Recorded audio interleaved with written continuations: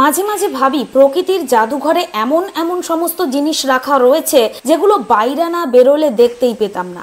এখনো কত জায়গায় যাওয়া বাকি, কত কিছু যে দেখা বাকি আছে তার ঠিক নেই। সিকিমের পেলিং পাহাড়ের কোলে একটা ছোট্ট সুন্দর শহর। সেই শহর ছাড়িয়ে আমরা এবার যাচ্ছি একটা পাহাড়ি গ্রামে যেটার নাম উতরে। পেলিং থেকে উতরে যাওয়ার যে পথ, যারা পাহাড় ভালোবাসেন তাদের জন্য এই পথটাই যেন এক খোলা জাদুঘর। কত দেখবেন, যতই দেখবেন মন ভরে যাবে। পাহাড়ি রাস্তা, টানা টানা মেঘ, চারপাশে সবুজের ছড়াছড়ি, যেন ছবি আঁকা পথ। প্রথমেই পড়লো সাঙ্গে ওয়াটারফল, না ছাঙ্গে নয় সাঙ্গেই।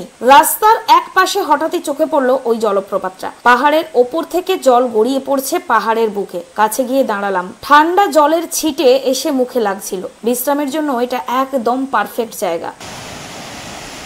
দুদণ্ড বসে একটু ছবি তুললাম। এই মুগ্ধতার যেন শেষ নেই। তারপর আবার গাড়ি চললো। কিছু দূর যেতেই পৌঁছলাম ডেন্টাম ভ্যালিতে। এখানে চারদিকে খোলা, নিচের দিকে তাকালেই দেখা যায় সবুজ ঘাসে ঢাকা উপত্যকা আর ছোট্ট একটা গ্রাম। মনে হচ্ছিল যেন কেউ বিশাল সবুজ কার্পেট বিছিয়ে রেখেছে। এখানকার হাওয়াটা একদম পরিষ্কার, আর সেই ঠান্ডা হাওয়া শরীর জুড়িয়ে দিল। কিছুক্ষণ চুপ করে বসে রইলাম প্রকৃতির মাঝে, শুধু পাখির ডাক আর হাওয়ার শব্দ। একটা চা দোকান রয়েছে এখানে, সেটার নাম দেওয়া হয়েছে ডেন্টাম ভিউ পয়েন্ট। অবশ্য ভিউ পয়েন্টই বটে। চা দোকানের ছাদ থেকে যে দৃশ্য চোখে পড়লো সেটা ভোলার নয়। বহু দূরে একটা পাহাড়ি জনপদ, খেলাধুলার জন্য চার চৌকো মাঠ। প্রথম দিকে মেঘলা থাকায় তেমন কিছু দেখতে পাইনি। মিনিট 10 পরে মেঘ কেটে গেল। তারপর ওই চা দোকানটার ছাদে উঠে এই সুন্দর দৃশ্যটা দেখতে পেলাম। এই গোটা ভ্যালিটার নামই ডেন্টাম ভ্যালি। ছাদে বসে বসে চা খেলাম, আর আমরা যেখানেই যাই আমাদের সঙ্গী হয়ে যায় স্থানীয় কুকুর। ভিউ পয়েন্টের এই আশেপাশেই কয়েকটা পাহাড়ি কুকুর ঘুরঘুর করছিল। এদের চোখের দিকে যখনই তাকাই তখন আমার মনে হয় যে একটা যেন মায়া জড়িয়ে আছে।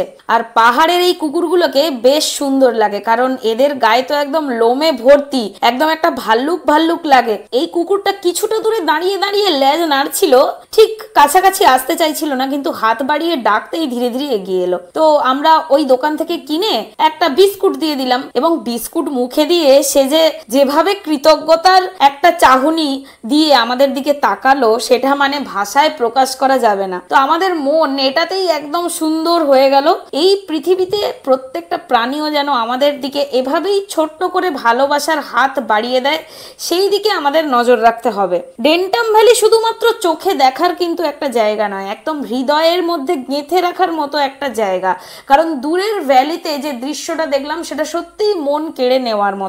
এখানে কিছুটা সময় কাটিয়ে আমরা রওনা দিয়েছিলাম সিংশোর ব্রিজের দিকে, এবং তারপরে আমাদের গন্তব্য থাকবে উতরে। সকালের হালকা রোদটা এবার একটু ঝাঁঝালো হয়ে উঠেছে ঠিকই, কিন্তু পাহাড়ি হাওয়া এতটাই ঠান্ডা যে রোদের তাপটা গায়ে আর সেরকম ভাবে লাগছিল না। গাড়ি পাহাড়ি রাস্তা ধরে এগোচ্ছিল, আর জানালার বাইরে ছিল শুধুই সবুজ। ব্রিজে যাওয়ার পথে চারপাশটা যেন আরো নিস্তব্ধ, আরো নির্জন।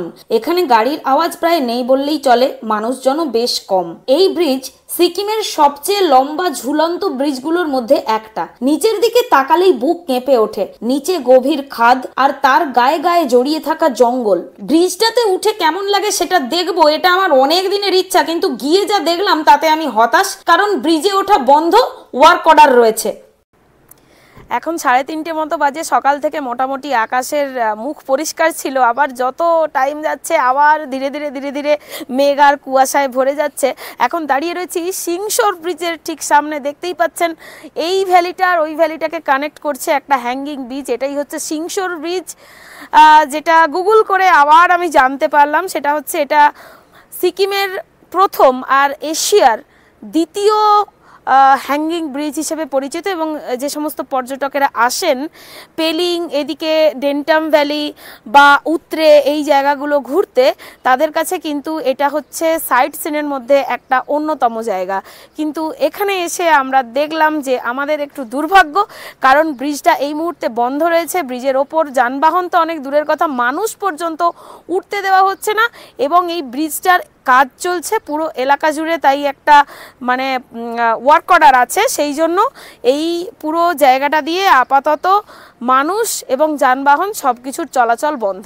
ব্রিজের সামনে থেকে একটু মন খারাপ নিয়েই আমরা আবার গাড়িতে উঠে বসলাম। গন্তব্য এবার উতরে, পশ্চিম সিকিমের এক শান্ত নির্জন ছোট্ট পাহাড়ি গ্রাম। রাস্তা যতই এগোচ্ছে ততই আরো সরু, আরো নির্জন হয়ে উঠছে। চারপাশে বড় বড় গাছ, মাঝে মাঝে পাখির ডাক আর পাহাড়ি বাতাস আমাদের ভেতরটা ধীরে ধীরে হালকা করে দিল। একটা বাঁক পেরিয়ে হঠাৎই যেন খুলে গেল প্রকৃতির এক গোপন জানালা। দূরে দেখা গেল কিছু ছোট ছোট কাঠের ঘর, রঙিন ছাউনি, মাথার ওপর নীল আকাশ, আর তার নিচে বসে থাকা একটুখানি গ্রাম উতরে। ছোট্ট ছোট্ট পায়ে চলতে চলতে ঠিক পৌঁছে যাব।